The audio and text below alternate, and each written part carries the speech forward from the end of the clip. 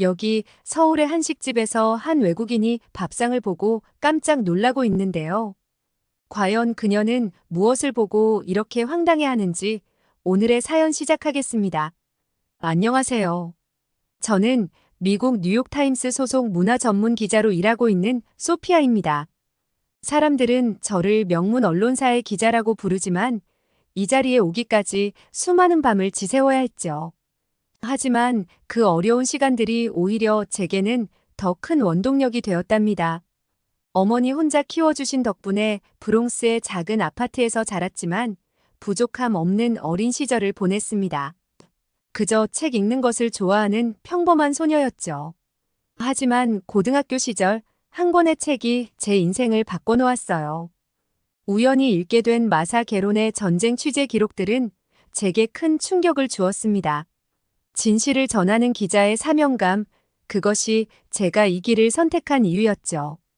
콜롬비아 저널리즘 스쿨을 졸업하고 뉴욕타임스에 입사한 후로는 주로 유럽과 미주 지역의 문화를 다뤄왔습니다. 한국이란 나라는 사실 제 관심 밖이었어요. 지도에서 손가락으로 가리킬 수 있을 정도의 지식만 있었죠. 그러던 어느 날 뉴욕의 늦가을 하늘이 잿빛으로 변하더니 갑자기 비가 쏟아졌습니다. 우산도 없이 거리를 걷던 저는 근처 상점 처마 밑으로 달려갔지만 이미 머리부터 발끝까지 흠뻑 젖은 후였어요. 차가운 빗방울이 얼굴을 때리는 순간 누군가 머리 위로 우산을 씌워주었습니다. 고개를 들어보니 주름진 얼굴에 미소를 띤 노부부가 서 계셨죠. 할머니는 손수건을 꺼내 제 얼굴에 빗물을 닦아주시려 했고 할아버지는 서툰 영어로 괜찮아요? 를 반복하셨습니다. 그들의 걱정 어린 눈빛과 조심스러운 손짓에서 진심 어린 배려가 느껴졌어요. 그들은 한국에서 온 이민자였고 제 모습이 마치 자신들의 손녀 같다며 근처 한인 식당으로 이끌었습니다. 좁은 식당 안으로 들어서자 된장찌개 특유의 구수한 향이 코끝을 스쳤어요. 할머니는 젖은 제 머리카락을 보시더니 수건을 가져다 주셨고 할아버지는 계속해서 많이 먹어요. 많이라며 음식을 권하셨죠. 처음 맛보는 된장찌개는 마치 오랫동안 그리워했던 고향의 맛처럼 친숙하게 다가왔습니다. 하지만 그날 저를 더욱 따뜻하게 했던 건 낯선 이방인을 자신의 가족처럼 걱정하고 보살피는 그들의 순수한 마음이었어요. 그 후로 종종 그 식당을 찾았습니다. 할머니는 늘 제게 반찬을 한가득 싸주셨고 할아버지는 옛날 한국에서의 이야기를 들려주셨죠. 그렇게 6개월이 흘렀을까요? 어느 날 식당을 찾았더니 문이 닫혀 있었고 할머니 할아버지는 한국으로 완전히 돌아가셨다는 소식을 들었습니다. 그때부터 한국이란 나라가 제 마음 한켠에 작은 그리움으로 자리 잡았어요. 그런데 지금 평화로운 일상을 뒤흔드는 순간이 찾아왔습니다. 아침 햇살이 사무실을 비추던 어느 날 저는 마감 기사를 다듬고 있었어요. 그때 편집장의 전화벨이 울렸습니다. 늘 그렇듯 단호하고 힘이 실린 목소리였지만 이번에는 평소와는 다른 긴박감이 느껴졌죠. 편집장은 전날 발행된 영국의 한 칼럼을 언급했습니다. 잭 스미스라는 칼럼니스트가 한국을 기계처럼 움직이는 나라로 표현하며 그들의 문화를 폄하하는 내용이었죠. 그의 칼럼은 순식간에 SNS를 통해 퍼져나갔고 전 세계적으로 큰 파장을 일으키고 있었습니다. 편집장은 이 논란에 대한 심층 취재를 제안했어요. 한국의 빨리빨리 문화와 전통 식문화에 대해 직접 현장을 방문해 취재하라는 것이었습니다. 커피잔을 들어 올리려는 제 손이 살짝 떨렸죠. 아시아 문화권 취재는 처음이었고 특히 한국은 제게 너무나 낯선 나라였으니까요. 하지만 편집장의 목소리에는 제가 이 일을 해낼 수 있다는 강한 확신이 묻어 있었습니다. 처음엔 거절하려 했습니다. 아시아 문화권에 대한 이해가 부족했고 그동안 다뤄왔던 유럽이나 미주 지역과는 너무나 다른 문화권이었으니까요. 하지만 그때 그 노부부의 따뜻했던 미소가 떠올랐습니다. 어쩌면 우리가 모르는 더 깊은 이야기가 있을지도 모른다는 생각이 들었죠. 그날 밤 책상 서랍을 열어보니 할머니가 마지막으로 싸주셨던 김치통이 눈에 띄었습니다. 비어있는 통을 바라보며 그들과 함께했던 시간들이 하나둘 떠올랐어요. 할아버지가 들려주셨던 이야기, 할머니의 따뜻한 손길, 그리고 그들이 보여준 이웃에 대한 사랑. 잭 스미스의 말처럼 정말 한국이 차가운 기계 같은 나라일까? 의문이 들었습니다. 서랍 속 빈 김치통을 보며 오랫동안 생각에 잠겼어요. 서울행 비행기를 예약하면서도 불안한 마음이 가시질 않았습니다. 과연 제가 이 나라의 문화를 제대로 이해할 수 있을까? 하지만 이제와 돌이켜보면 그때의 선택이 신의 한 수였다는 생각이 듭니다. 인천공항에 도착한 순간부터 신기한 경험의 연속이었습니다. 비행기에서 내려 입국장으로 향하는 동안 제 앞에 현지인들은 이미 몇 개의 에스컬레이터를 지나 저 멀리 사라졌어요. 입국 심사대 앞에서는 줄을 서자마자 바로 다음 순서가 되었고 심사관의 손놀림은 정말 빠르고 정확했습니다. 수화물 창고에서는 더 놀라운 광경이 펼쳐졌어요. 제 여행 가방이 벨트 위에 나타나기도 전에 주변 사람들은 이미 짐을 찾아 떠나고 있었습니다. 한 직원이 수화물 태그를 확인하는 속도는 눈으로 따라가기 힘들 정도였죠. 심지어 제 옆에 있던 승객은 가방이 벨트 위에 올라오기가 무섭게 단숨에 들어 카트에 실었습니다. 공항철도는 플랫폼에 도착하자마자 열차가 들어왔고 문이 열리고 닫히는 시간은 채 20초도 되지 않았어요. 이 모든 광경을 지켜보며 잭 스미스의 칼럼이 떠올랐습니다. 그가 말한 기계처럼 움직이는 나라라는 표현이 이런 모습을 두고 한 말이었나 싶었죠. 하지만 이상하게도 이 빠른 움직임 속에는 어떤 불편함도 느껴지지 않았어요. 공항에서 시내로 향하는 택시 안에서 마주한 서울의 모습은 더욱 충격적이었습니다. 신호등 앞에 멈춰설 때마다 오토바이 배달원들이 자동차 사이사이를 비집고 앞으로 나아갔어요. 횡단보도를 건너는 사람들의 발걸음도 예사롭지 않았어요. 신호가 초록불로 바뀌기 전부터 이미 경주 선수처럼 준비 자세를 취했고 벨이 울리자마자 물결처럼 쏟아져 나왔습니다. 양복을 입은 회사원부터 교복 입은 학생들까지 모두가 마치 늦은 것처럼 서두르는 모습이었죠. 택시 기사님의 운전도 놀라웠습니다. 내비게이션이 큰 길을 안내할 때마다 그는 고개를 절레절레 저으며 좁은 골목길로 방향을 틀었어요. 한 번은 좁은 골목에서 다른 차와 마주쳤는데 두 차가 마치 무언의 약속이라도 한 듯 거울을 접어 비켜 지나갔습니다. 내비게이션은 계속해서 경로 이탈을 알렸지만 기사님의 얼굴에는 뿌듯한 미소가 번졌죠. 실제로 예상 도착 시각보다 10분이나 일찍 목적지에 도착했으니까요. 호텔에 도착해 짐을 풀고 있을 때였어요. 룸서비스를 시켰는데 불과 20분 만에 도착했고 직원은 미안하다는 듯 조금 늦어서 죄송합니다라고 말했습니다. 이런 게 바로 잭 스미스가 말한 기계 같은 문화일까요? 하지만 이상하게도 그의 표정에서는 기계적인 면모가 아닌 진심 어린 미안함이 느껴졌어요.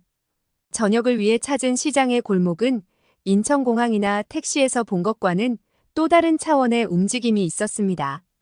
특히 한 국수 가게 앞에서의 광경은 지금도 생생히 기억납니다. 주방에서는 면을 삶는 김이 모락모락 피어올랐고 가게 안에 가득한 손님들 사이로 주인 아주머니의 빠른 움직임이 눈에 띄었어요. 비좁은 가게 안에서도 아주머니는 마치 춤을 추듯 자연스럽게 테이블 사이를 오가며 주문을 받고 음식을 나르고 계셨습니다. 손님들의 말이 채 끝나기도 전에 주문한 음식이 테이블에 놓였고 빈 그릇은 자리에 머무는 시간이 채 10초도 되지 않았죠. 계산대에서는 돈을 건네받고 거스름 돈을 내어주는 아주머니의 손놀림이 계산기보다도 빨랐습니다. 저는 그저 가게 앞에 서서 이 광경을 지켜보고 있었을 뿐인데 아주머니의 날카로운 눈은 금세 저를 발견했어요. 손님들 사이를 훌쩍 뚫고 나오시더니 제 팔을 잡아 안으로 이끄셨습니다. 주방의 수증기 속에서도 아주머니는 제 얼굴을 유심히 살펴보셨고 말없이 고개를 끄덕이시더니 누군가에게 소리쳤어요. 국물 많이 넣어서 하나. 그리고는 저를 향해 고개를 돌리시며 장시간 비행으로 피곤할 텐데 국물 많이 드세요라며 따뜻한 미소를 지어 보이셨습니다. 뜨거운 국물을 한 숟가락 떴을 때 갑자기 뉴욕에서 만났던 그 노부부가 떠올랐습니다. 바쁘게 움직이는 와중에도 낯선 이방인의 피곤한 기색을 알아채고 챙기는 이 마음은 그때 우산을 씌워주시던 할머니의 마음과 다르지 않았어요. 잭 스미스는 한국의 빠른 움직임을 보며 기계 같다고 했지만 그건 너무 성급한 판단이었습니다. 주문을 받고 음식을 내고 계산하는 그 숨가쁜 과정 속에서도 아주머니는 제 지친 얼굴을 놓치지 않으셨으니까요. 오히려 그 바쁜 와중에 더 세심한 관찰과 배려가 숨어 있다는 게 신기했습니다. 국수 한 그릇을 다 비우고 나니 이 도시의 빠른 템포가 조금 다르게 보이기 시작했어요. 그들의 빠른 움직임은 단순히 시간을 아끼기 위한 것만은 아닌 듯 했습니다. 그 속도 안에는 누군가를 기다리지 않게 하는 배려, 더 나은 서비스를 제공하려는 정성, 그리고 무엇보다 사람을 향한 따뜻한 시선이 숨어 있었죠. 다음 날 아침 한정식 전문점을 찾아 나섰습니다. 편집장이 추천한 이곳은 서울 북촌의 오래된 한옥을 개조한 식당이었어요. 기와지붕 아래로 햇살이 비치는 마당을 지나 안으로 들어서자 묵직한 나무 문이 저를 반겼습니다. 주인장은 70대로 보이는 김 여사님이었어요. 잔잔한 미소를 띤 채 처음 보는 외국인 손님을 맞이하시더니 창가 옆자리로 안내하셨습니다. 그리고는 오늘은 특별히 제철 나물이 들어간 상차림을 준비했어요라며 음식을 가져오셨죠. 김 여사님이 들고 온 나무쟁반 위에는 마치 물감을 풀어놓은 듯 다양한 초록빛 나물들이 자리 잡고 있었습니다. 각각의 작은 도자기 접시마다 서로 다른 빛깔과 향이 담겨 있었죠. 참나물은 봄날의 향기를, 취나물은 들판의 내음을, 고사리는 깊은 산속의 기운을 품고 있었어요. 특히 제 시선을 사로잡은 것은 청보랏빛이 감도는 독특한 나물이었습니다.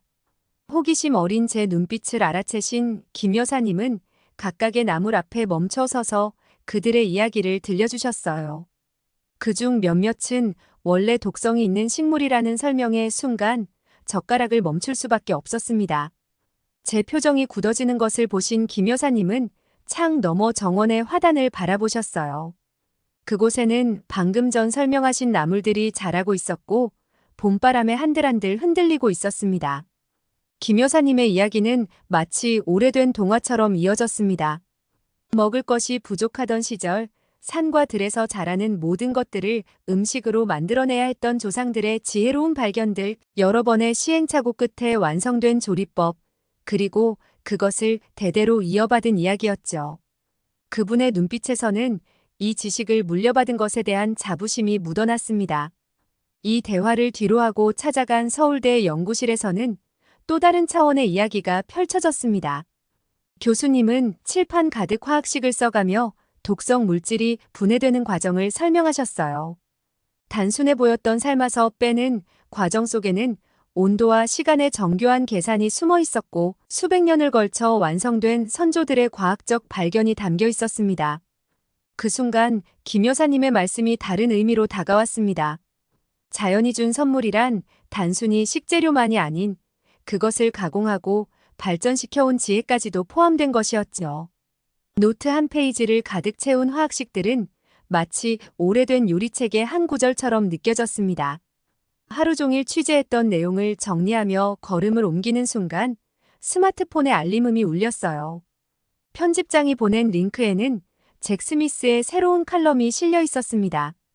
한국인들은 광기에 가까운 집착으로 독초를 식탁에 올린다로 시작하는 그의 글에는 혐오감이 가득했어요.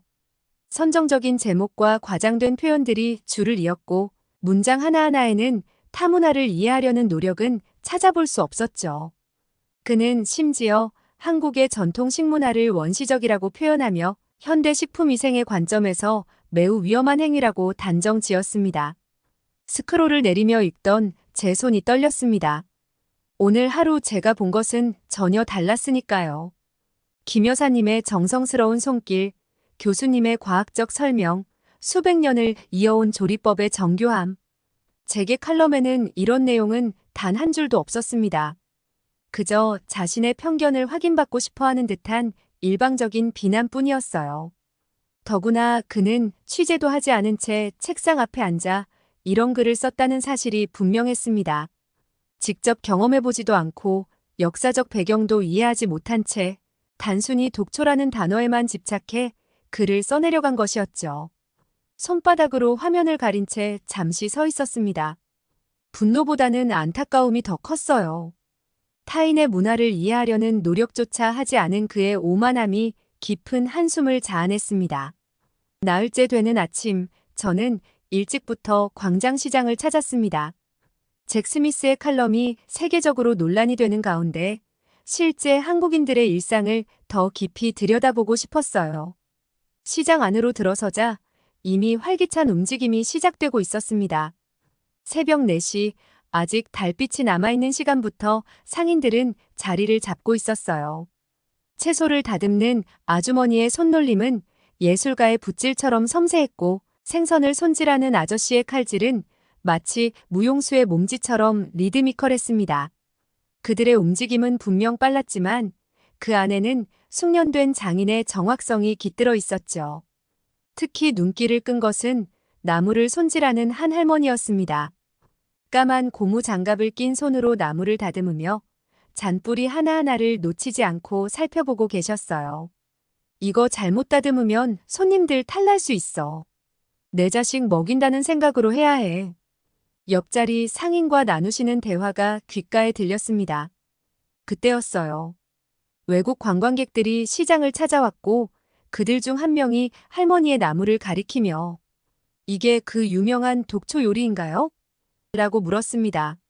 할머니는 그들의 말을 알아듣지 못하셨지만 손짓 발짓으로 나무를 설명하시려 애쓰셨어요.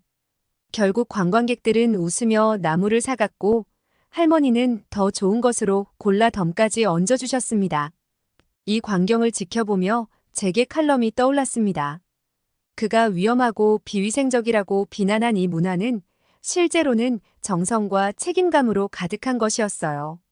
새벽부터 밤늦게까지 자신의 일에 대한 자부심과 손님을 위하는 마음으로 하루하루를 채워가는 사람들. 그들의 모습은 잭이 묘사한 것과는 너무나도 달랐습니다. 시장 한켠에 자리 잡은 작은 식당에서 아침을 먹으며 노트북을 펼쳤습니다. 하지만 기사를 쓰려던 손가락이 자꾸만 멈췄어요. 잭의 편견 어린 시선을 반박하는 것만으로는 부족하다는 생각이 들었기 때문입니다. 이곳에는 그가 보지 못한 더 깊은 이야기가 있었으니까요. 1시간 정도 자리에 앉아 있으니 식당 주인이 따뜻한 차를 내어주었습니다. 아침부터 뭘 그리 열심히 쓰나 하시며 건네주신 차 한 잔에서는 묘한 향이 났어요. 쌉싸래한 맛이 혀끝에 닿는 순간 주인장이 말씀하셨습니다. 민들레 차예요. 이것도 원래는 독초였다는데 누군가 먹어보니 약이 된 거죠. 우리 문화가 다 그래요. 독을 약으로 바꾸는 거죠. 서울 외곽의 작은 농촌 마을을 찾아가는 길은 쉽지 않았습니다. 2번의 버스 환승과 30분간의 걷기 끝에 도착한 곳에서 저를 기다리고 있던 건 40년째 나무를 재배한다는 박순자 할머니였습니다. 구불구불한 산길을 오르는 동안 할머니는 한 발자국도 쉬지 않으셨어요. 80세가 넘은 연세에도 불구하고 지팡이 하나 없이 저보다 더 빠른 걸음이었습니다. 20분쯤 걸었을까요? 눈앞에 드넓은 밭이 펼쳐졌어요. 산비탈을 따라 층층이 자리 잡은 밭에는 초록빛 나물들이 바람에 흔들리고 있었습니다. 할머니는 고무 장갑을 끼더니 나무를 수확하기 시작하셨어요. 허리를 숙여 나무를 자르는 동작이 현란할 정도로 빨랐지만 놀랍게도 버려지는 잎은 단 한 장도 없었습니다. 수십 년간 쌓아온 경험이 만들어낸 정확성이었죠. 할머니의 바구니는 순식간에 나물로 가득 찼고 그 사이 제 이마에는 땀이 맺혔습니다. 점심시간이 되자 할머니는 밭 한켠에 자리를 펼치셨어요. 보자기를 풀어헤치자 아침 일찍 준비하셨다는 도시락이 등장했습니다. 거기엔 방금 전 밭에서 본 나물들이 반찬으로 가득했죠. 한 숟가락을 떠서 입에 넣자 쌉싸름하면서도 달콤한 맛이 퍼졌어요. 할머니는 말없이 제 그릇에 나물을 더 얹어주셨습니다. 식사를 마친 후 할머니는 나물을 다듬는 과정을 보여주셨어요. 끓는 물에 나물을 넣고 정확히 몇 분이 지났을 때 건져내는지, 어떤 나물은 몇 번을 삶아내는지, 그 과정은 마치 정교한 과학 실험 같았습니다. 각각의 나물마다 다른 방법이 있었고, 할머니는 그것을 눈대중만으로도 완벽하게 해내셨죠. 해가 저물어갈 무렵 할머니는 오늘 수확한 나물 중 일부를 봉지에 담아 건네주셨어요. 이제 독은 다 뺐으니 마음껏 드세요라는 말씀과 함께 시내로 돌아오는 버스 안에서 그 봉지를 바라보며 생각했습니다. 잭 스미스가 말한 위험한 독초는 어쩌면 우리가 몰랐던 자연의 선물이었을지도 모른다고. 다만 그것을 발견하고 안전하게 만드는 데 필요한 시간과 정성을 그는 보지 못한 것이겠죠. 서울로 돌아오는 길 스마트폰에는 잭의 새로운 칼럼에 대한 세계, 각국의 반응이 실시간으로 올라오고 있었습니다. 논란은 더욱 커져만 갔고 이제는 단순히 음식 문화를 넘어 문명과 야만이라는 이분법적 대립으로 번져가고 있었어요. 창밖으로 스쳐 지나가는 풍경을 바라보며 깊은 생각에 잠겼습니다. 이제는 제가 무언가를 말해야 할 때가 온 것 같았어요. 런던의 한 방송국 스튜디오, 잭 스미스와의 화상 인터뷰가 시작되려는 순간이었습니다. 모니터 속 그의 모습은 제가 상상했던 것보다 더 젊었어요. 30대 초반으로 보이는 그는 고급스러운 트위드 재킷을 입고 있었고 자신만만한 미소를 띠고 있었습니다. 인터뷰는 BBC 월드뉴스의 특별 프로그램으로 전 세계에 생중계될 예정이었어요. 스튜디오의 긴장감 속에서 저는 박순자 할머니가 주신 나물이 담긴 봉지를 꺼냈습니다. 이 작은 봉지 하나가 오늘의 대화를 이끌어갈 핵심이 될 터였죠. 진행자의 소개가 시작됐어요. 오늘은 최근 뜨거운 논쟁이 되고 있는 한국의 식문화, 특히 독초 요리에 대해 이야기를 나눠보겠습니다. 런던에서는 이 논쟁의 시작점이 된 칼럼니스트 잭 스미스 씨가, 서울에서는 현장 취재 중인 뉴욕타임스의 소피아 브라운 기자가 함께해 주셨습니다. 잭은 자신의 주장을 되풀이했어요. 현대 사회에서 독초를 식용하는 것은 위험하며 이는 문명화되지 못한 증거라고. 그의 목소리에는 서구 문명의 우월감이 묻어났습니다. 그가 말을 이어가는 동안 저는 지난 며칠간 보고 들은 것들을 떠올렸죠. 제가 꺼낸 첫 번째 증거는 서울대 교수님이 정리해 주신 과학적 분석 자료였습니다. 독성 물질이 어떻게 제거되는지, 그 과정이 얼마나 정교한지를 보여주는 자료들이었어요. 잭의 얼굴에 처음으로 당혹감이 스쳤습니다. 이어서 시장 상인들의 새벽 일과를 담은 영상을 보여줬죠. 식재료를 다루는 그들의 진지한 표정, 꼼꼼한 손길, 책임감 있는 태도는 비위생적이라는 그의 주장을 무색하게 만들었습니다. 마지막으로 박순자 할머니의 밭을 찍은 사진을 공개했어요. 40년간 한 길을 걸어온 할머니의 지혜와 경험, 그리고 그것을 통해 만들어진 안전한 식문화의 현장이었습니다. 더 이상 잭의 입에서는 반박의 말이 나오지 않았어요.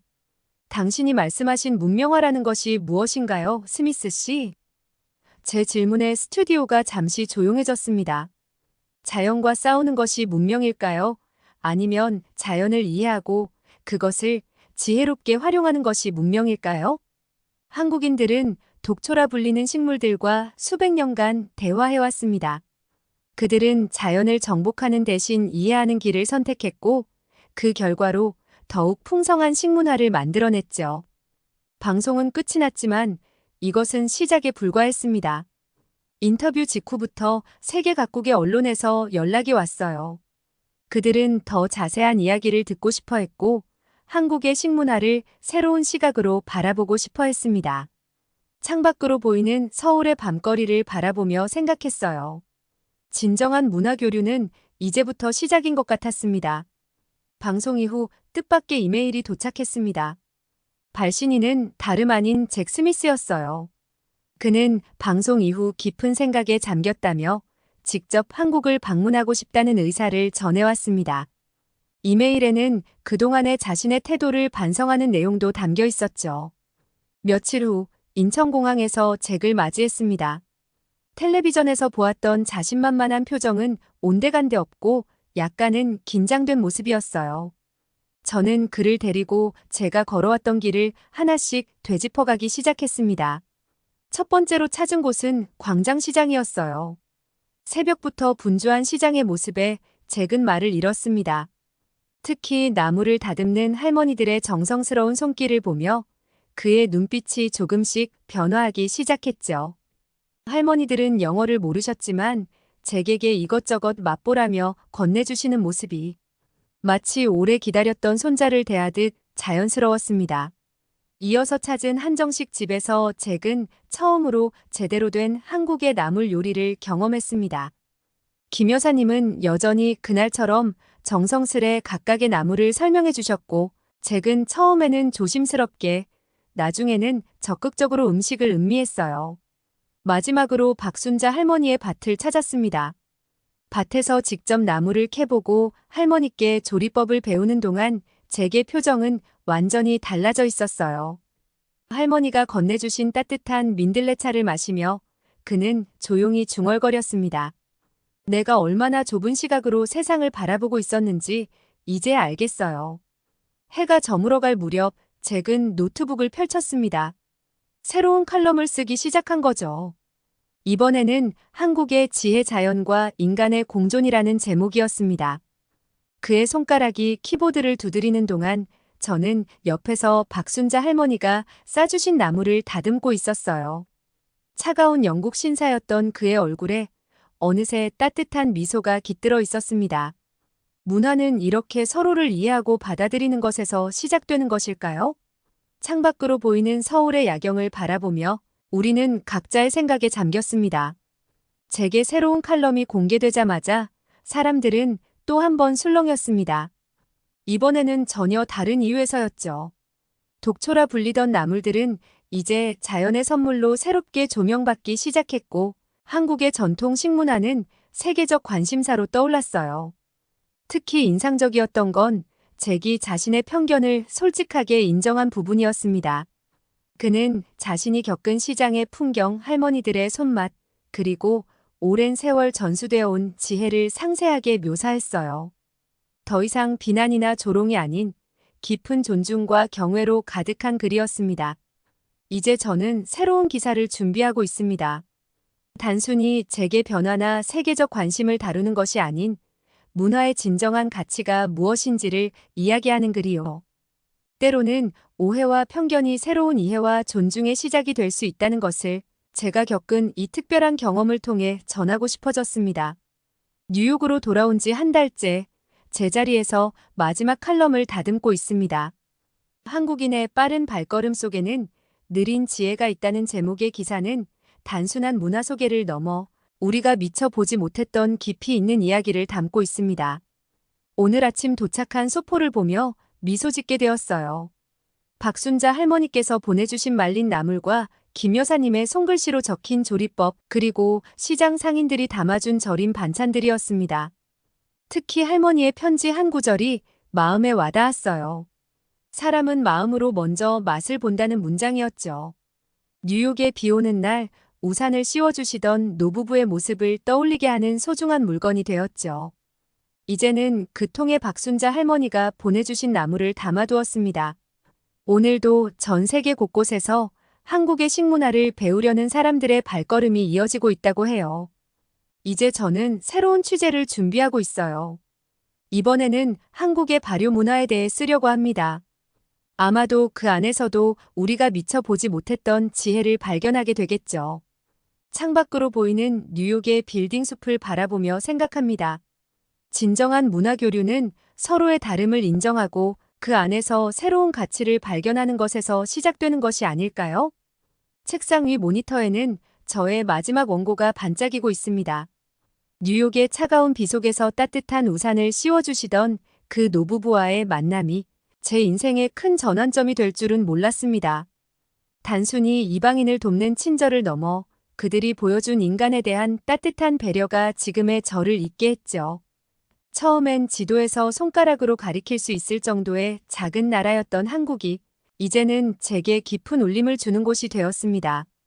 독초라 불리던 나물에서 지혜를, 빨리빨리 문화에서 배려를, 그리고 낯선 이를 대하는 마음에서 진정한 환대를 배웠어요.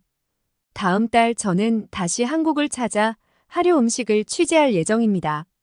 어르신들을 위한 특별한 음식 문화가 궁금해지더군요. 혹시 구독자 여러분들 중에 하류 음식에 대해 알고 계신 분이 있다면 댓글로 공유해 주시면 감사하겠습니다. 특히 가정에서 대대로 내려오는 특별한 조리법이나 어르신들을 위해 정성껏 준비하시는 음식이 있다면 더욱 좋겠어요. 다음 사연 시작하겠습니다. 미국의 핵추진 항공모함, 일명 바다 위의 군사기지로 불리는 이 강력한 전력이 100일 넘게 동아시아 지역에 부재했습니다. 이는 우크라이나 전쟁과 중동 분쟁으로 인해 항공모함들이 다른 지역으로 재배치되면서 발생한 전례 없는 상황이었습니다. 이에 위기감을 느끼고 현재 역대 최강 전력으로 평가받는 새로운 미군 항공모함이 동아시아 지역을 전담하기 위해 샌디에이고에서 출발했다고 하는데요. 지금 화면에 보이는 해군들 중 특별한 사명감을 가지고 오는 해군이 있다고 합니다. 과연 어떤 사연인지 오늘의 이야기 시작하겠습니다. 안녕하세요. 저는 미국에서 해군 항공모함 관리 장교로 근무하고 있는 데이비드입니다. 저는 육지에 있는 시간보다 바다에 있는 시간이 훨씬 깁니다. 가족들과 친구들을 만날 수 있는 시간이 너무나 부족하죠. 지난 5년간 어머니의 생신에 한 번도 참석하지 못했어요. 혼자 계신 어머니에게 정말 죄송할 뿐입니다. 제 마음속에는 항상 어머니에 대한 그리움과 죄책감이 자리 잡고 있습니다.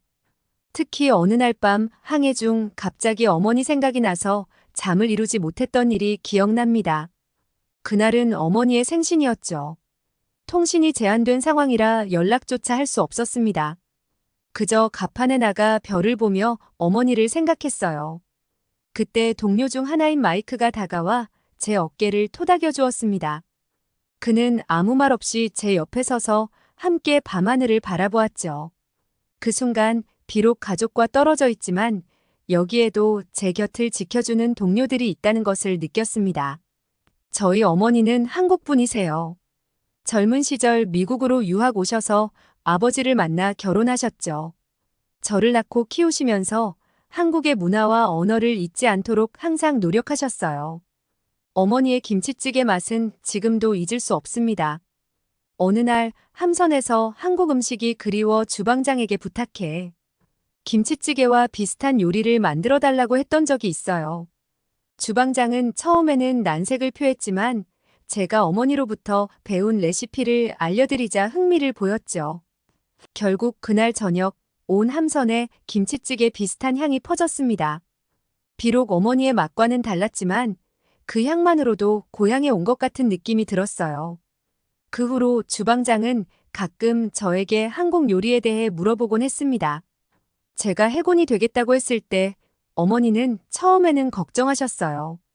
하지만 곧 저의 결정을 존중해 주셨고 끝까지 응원해 주셨죠. 내가 선택한 길이라면 그 길이 옳은 거야.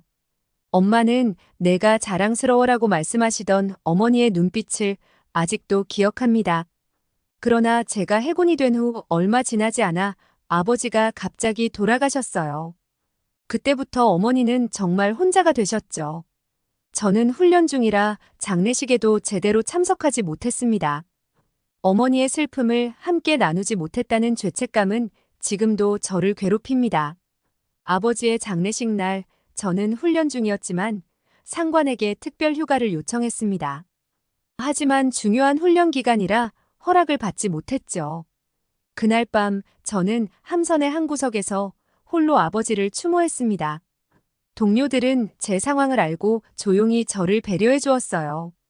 특히 제 친한 친구인 톰은 자신의 아버지를 잃었을 때의 경험을 이야기해주며 저를 위로해 주었습니다. 그의 말들이 제게 큰 힘이 되었죠. 이후로도 저는 임무 때문에 어머니 곁을 지킬 수 없었어요. 명절이나 기념일에도 함께 있어주지 못했죠. 전화로나마 안부를 여쭐 때마다 어머니는 괜찮아, 아들. 내가 하는 일이 자랑스러워라고 말씀하셨지만 그 말씀 속에 담긴 외로움을 느낄 수 있었습니다. 어느 추수감사절, 저는 어머니와 영상통화를 하게 되었습니다. 어머니는 혼자서 칠면조를 준비하고 계셨어요. 그 모습을 보며 제 마음이 무거워졌죠. 하지만 어머니는 오히려 저를 걱정하셨습니다. 데이비드, 너는 식사는 제대로 하고 있니? 그 말씀에 저는 눈물을 참을 수 없었어요. 통화가 끝난 후 저는 동료들과 함께 식사를 하며 각자의 가족 이야기를 나눴습니다. 그때 우리 모두가 비슷한 상황에 있다는 것을 깨달았죠. 결국 어머니는 결심을 하셨어요. 데이비드, 엄마가 한국으로 돌아가려고 해.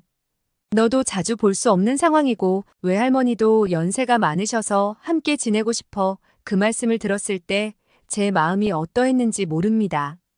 한편으로는 어머니가 혼자 계시지 않아 다행이라는 생각이 들었지만 다른 한편으로는 제가 어머니를 제대로 모시지 못해 이런 선택을 하게 만들었다는 자책감이 들었어요.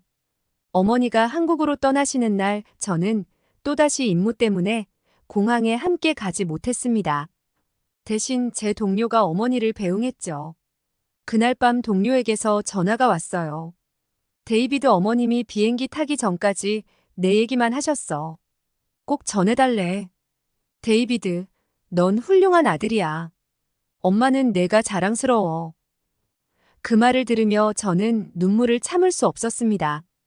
어머니가 한국으로 돌아가신 후 저는 가능한 한 자주 어머니와 연락을 취하려 노력했습니다. 하지만 해상에서의 통신은 여러 제약이 있어 쉽지 않았어요. 항구에 정박해 있거나 근해에 있을 때는 간혹 화상통화가 가능했지만 원양으로 나가면 통신이 거의 불가능했죠. 한 번은 중요한 작전 중에 어머니께서 갑자기 편찮으셨다는 소식을 들었습니다. 그때 저는 너무나 괴로웠어요. 어머니 곁으로 가고 싶었지만 임무를 저버릴 수는 없었죠. 다행히 며칠 후 어머니의 상태가 호전되었다는 소식을 들었습니다. 그때 저는 제 직업의 무게를 다시 한번 실감했어요. 개인적인 상황과 국가에 대한 의무 사이에서 균형을 잡는 것이 얼마나 어려운지 깨달았습니다. 그래도 운이 좋을 때면 어머니와 화상통화를 할 수 있었습니다. 그럴 때마다 어머니의 얼굴을 보며 안도의 한숨을 쉬었어요. 어머니는 외할머니와 함께 지내시면서 한국의 일상을 되찾으신 것 같았습니다. 동네 공원에서 태극권을 배우기 시작했다는 이야기, 오랜만에 만난 옛 친구들과 차를 마시며 시간을 보내신다는 소식을 들을 수 있었죠. 어느 날 어머니와의 화상통화 중에 재미있는 일이 있었습니다. 어머니께서 태극권을 하시는 모습을 보여주시겠다고 하셨는데 카메라 조작이 서툴러 화면이 이리저리 흔들렸어요. 결국 어머니의 발만 화면에 나오는 상황이 되었죠. 저와 어머니는 한참을 웃었습니다. 그 순간 거리는 멀어도 우리의 마음은 가까이 있다는 걸 느꼈어요. 하지만 대부분의 시간 동안 저는 어머니와 연락이 닿지 않았습니다. 특히 중요한 군사작전 중이거나 보안이 필요한 상황에서는 모든 통신이 차단되었어요. 이런 상황 속에서도 저는 늘 어머니가 사는 한국을 지켜야 한다는 책임감을 안고 군 생활에 임했습니다. 특히 북한의 도발이나 중국의 군사력 증강 소식을 들을 때마다 제 긴장감은 최고조에 달했습니다. 어머니가 계신 한국이 위험에 처할 수도 있다는 생각에 밤잠을 설치기도 했죠. 한 번은 북한의 미사일 발사 훈련 정보가 입수되어 전 함대가 비상 대기 상태에 돌입한 적이 있었습니다. 그때 저는 24시간 내내 지휘통제실에서 상황을 모니터링했어요. 긴장된 분위기 속에서 동료들과 함께 모든 가능성에 대비했죠. 다행히 그때는 실제 발사로 이어지지 않았지만 그 경험은 제게 임무의 중요성을 다시 한번 일깨워 주었습니다. 최근 저는 충격적인 소식을 접했습니다. 동아시아의 주둔해 있던 미 항공모함들이 우크라이나 전쟁과 중동의 분쟁으로 인해 다른 지역으로 파견되면서 동아시아가 100일이 넘도록 항공모함 없이 남겨져 있다는 것이었어요. 이 소식을 듣자마자 저는 극도의 불안감에 휩싸였습니다. 특히 어머니가 살고 계신 한국의 안보 상황이 걱정되기 시작했죠. 항공모함이 동아시아에서 사라진 상황은 저에게 엄청난 불안감을 안겨주었습니다.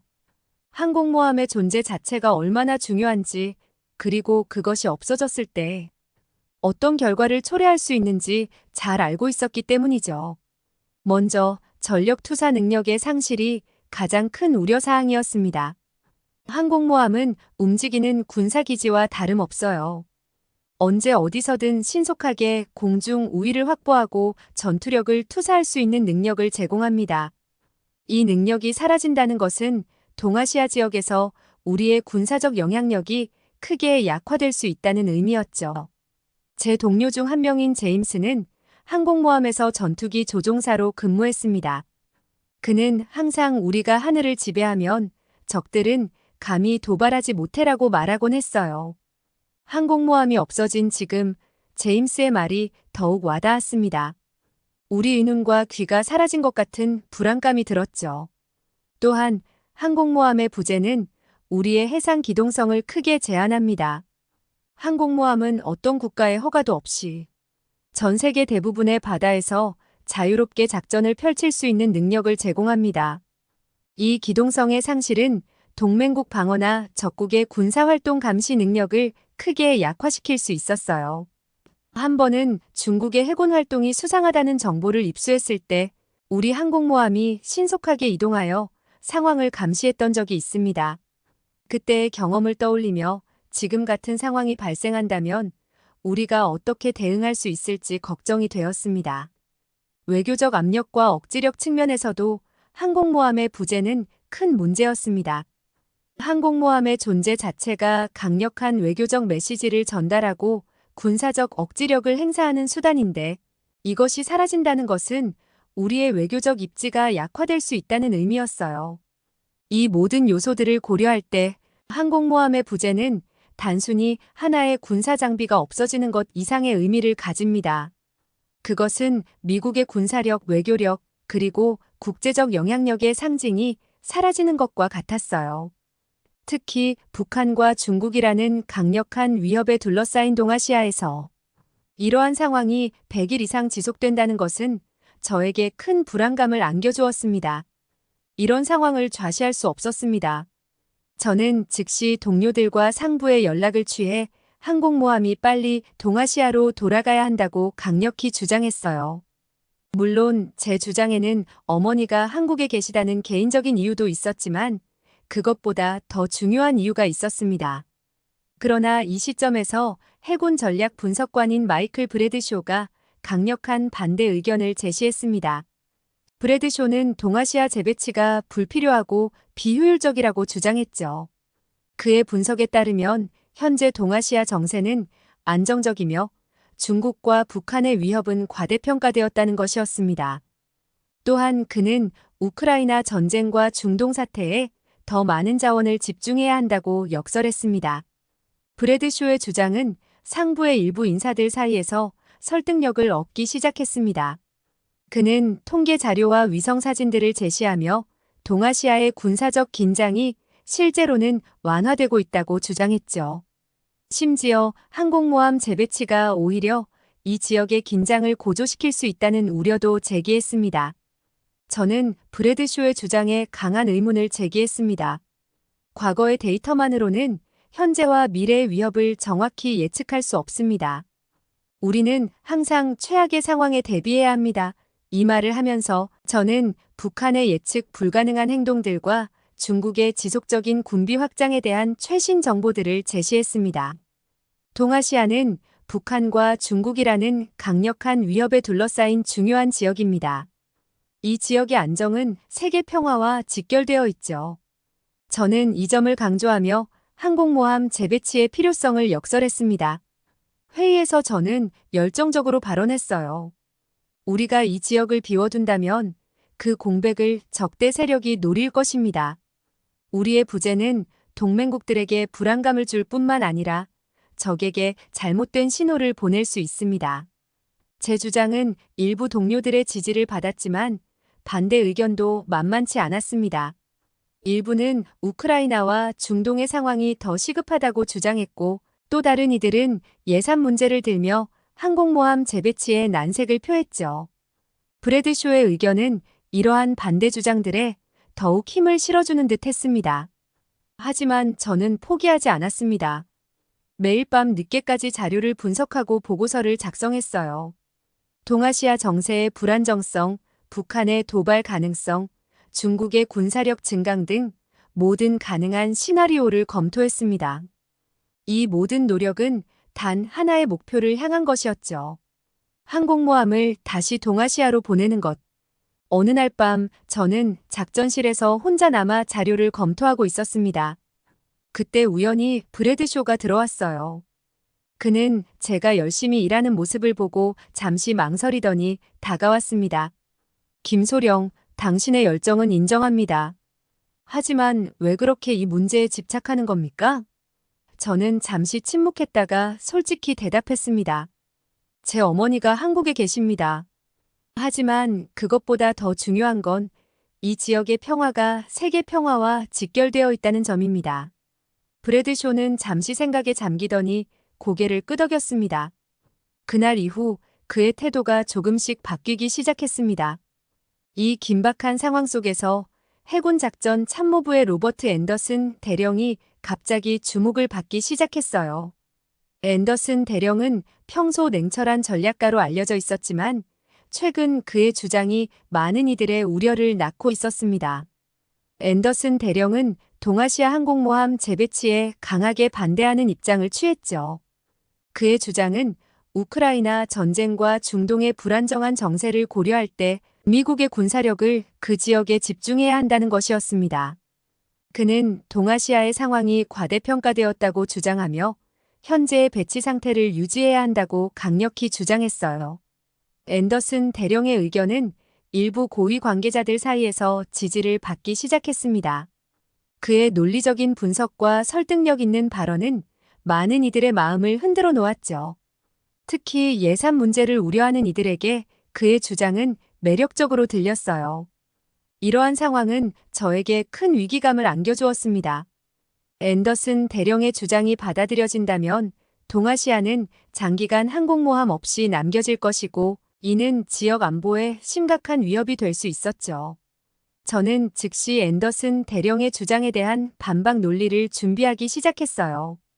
동아시아의 불안정한 정세, 북한의 도발 가능성, 중국의 군사력 증강 등을 자세히 분석하고 이 지역에서의 미국의 존재감이 얼마나 중요한지를 강조했습니다. 또한 동아시아에서의 군사력 공백이 우크라이나나 중동 상황에 어떤 영향을 미칠 수 있는지에 대해서도 분석했죠.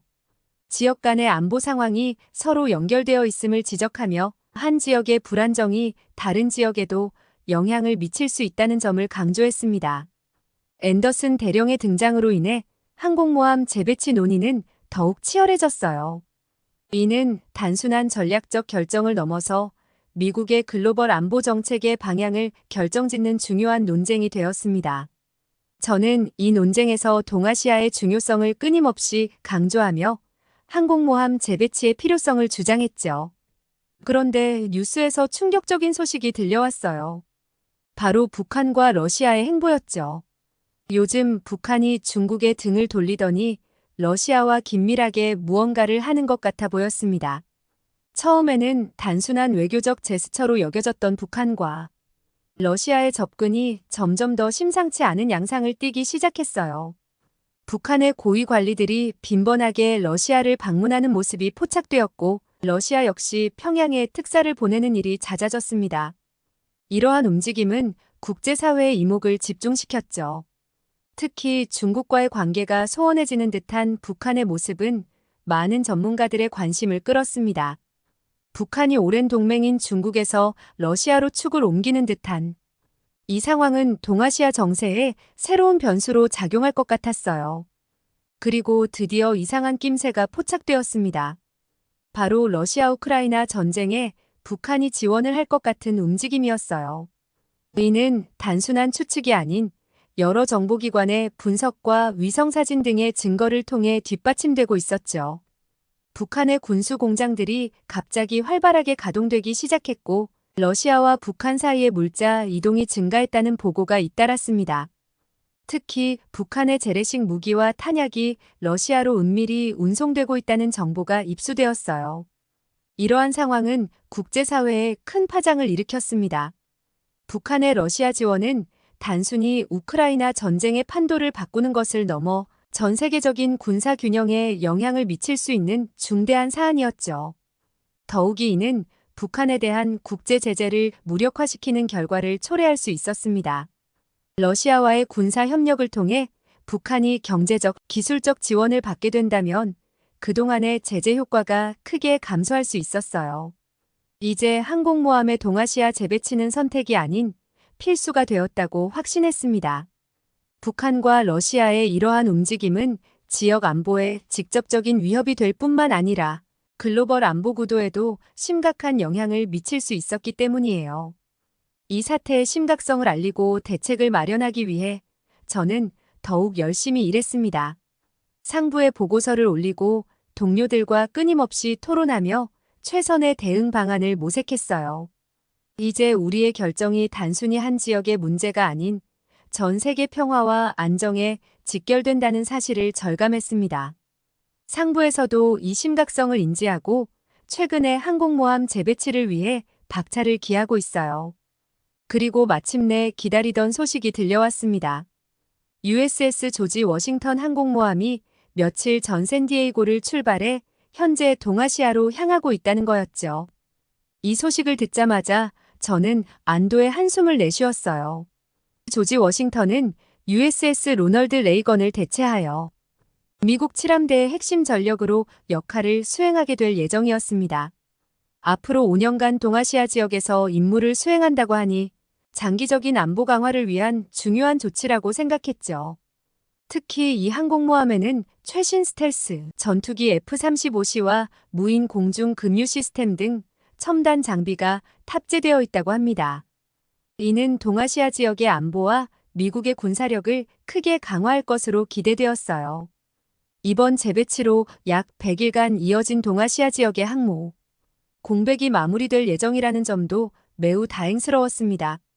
러시아 우크라이나 전쟁과 중동의 분쟁으로 인해 다른 지역에 미국 항모들이 급파되면서 발생한 이 공백이 메워지게 된 거죠.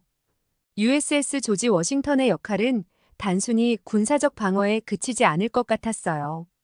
동맹국들과의 협력을 강화하고 중국의 해상 영향력 확대와 북한의 핵 위협에 대응하는 데 중요한 역할을 할 것으로 보였습니다. 이 모든 상황을 지켜보며 저는 우리의 노력이 헛되지 않았다는 생각에 가슴이 뭉클해졌어요. 동아시아의 안보, 특히 어머니가 계신 한국의 안전을 위해 노력한 시간들이 결실을 맺은 것 같았습니다. 하지만 동시에 이것이 끝이 아니라는 점도 잘 알고 있었죠. 북한과 러시아의 움직임, 중국의 군사력 증강 등 여전히 많은 과제가 남아 있었습니다. 북한은 정말 끝까지 속썩이고 발악을 한다고 생각해요. 특히 김정은 체제가 오면서 더 미쳐가는 느낌이었죠. 김정은이 권력을 잡은 이후 북한의 행동은 더욱 예측 불가능하고 위험해진 것 같습니다. 김정은 체제 하에서 북한은 핵실험과 미사일 발사를 더욱 빈번하게 진행했어요. 이전 정권에서도 있었지만 김정은 시대에 들어서면서 그 횟수와 강도가 현저히 증가했습니다. 특히 대륙 간탄도 미사일 개발에 박차를 가하면서 국제사회의 긴장을 고조시켰죠. 또한 김정은은 자신의 권력을 공고히 하기 위해 숙청을 거듭했습니다. 고모 부인 장성택을 처형하는 등 친인척조차 가리지 않는 잔혹한 면을 보였어요. 이런 행동들은 북한 내부의 불안정성을 증가시키고 외부 세계에 대한 불신과 적대감을 더욱 키웠다고 봅니다. 최근에는 코로나 대응을 핑계로 더욱 폐쇄적인 정책을 펼치고 있죠. 이는 북한 주민들의 고통을 가중시키는 동시에 외부 세계와의 소통을 더욱 어렵게 만들고 있습니다. 그리고 이제는 러시아와의 밀착을 통해 새로운 불안 요소를 만들어내고 있어요. 이런 북한의 행동은 동아시아 지역의 안정을 심각하게 위협하고 있습니다. 어머니가 계신 한국의 안전이 걱정되는 이유이기도 하죠. 어느 날 새벽 긴급 경보음이 울렸습니다. 모든 고위 장교들이 급히 작전실로 모여들었어요. 실내는 긴장감으로 가득 차 있었죠. 대형 스크린에는 위성사진과 각종 정보들이 실시간으로 업데이트되고 있었습니다. 갑자기 한 정보 분석관이 소리쳤어요. 북한과 러시아 간의 비정상적인 물자 이동이 포착됐습니다. 모두의 시선이 스크린으로 집중됐죠. 그곳에는 북한에서 출발한 것으로 추정되는 대규모 수송 차량들이 러시아 국경을 향해 움직이는 모습이 보였습니다. 순간 방안이 쥐 죽은 듯 조용해졌어요. 모두가 이 상황의 심각성을 깨달은 듯 했습니다. 그리고 얼마 지나지 않아 우리의 최악의 우려가 현실이 되었다는 보고가 들어왔죠. 북한의 도발이 계속 이어지더니 결국 북한은 하지 말아야 할 지원을 러시아에 하고 말았습니다. 이 지원은 단순한 의미가 아니었어요. 바로 제3차 세계대전으로 이어질 수 있는 결정적인 신호탄이 될 수 있기 때문이었죠. 북한이 러시아에 군사 지원을 한다는 정보가 확인되면서 국제사회는 충격에 빠졌습니다. 이는 단순히 우크라이나 전쟁의 판도를 바꾸는 것을 넘어 전 세계적인 군사 균형에 심각한 영향을 미칠 수 있는 사안이었어요. 이 지원은 여러 가지 측면에서 위험성을 내포하고 있었습니다. 첫째, 북한의 무기가 러시아를 통해 다른 분쟁 지역으로 흘러들어갈 가능성이 있었죠. 둘째, 러시아와의 군사 협력을 통해 북한이 더 발전된 군사 기술을 얻게 될 수 있었습니다. 셋째, 이는 국제사회의 대북 제재를 무력화시키는 결과를 초래할 수 있었어요. 더욱 우려되는 점은 이 행동이 다른 국가들, 특히 중국의 참전 가능성을 높일 수 있다는 것이었습니다. 만약 중국이 북한을 지지하며 개입한다면 이는 바로 제3차 세계대전의 도화선이 될 수 있었죠. 이 소식을 들은 후 저는 즉시 상부에 보고서를 올렸습니다.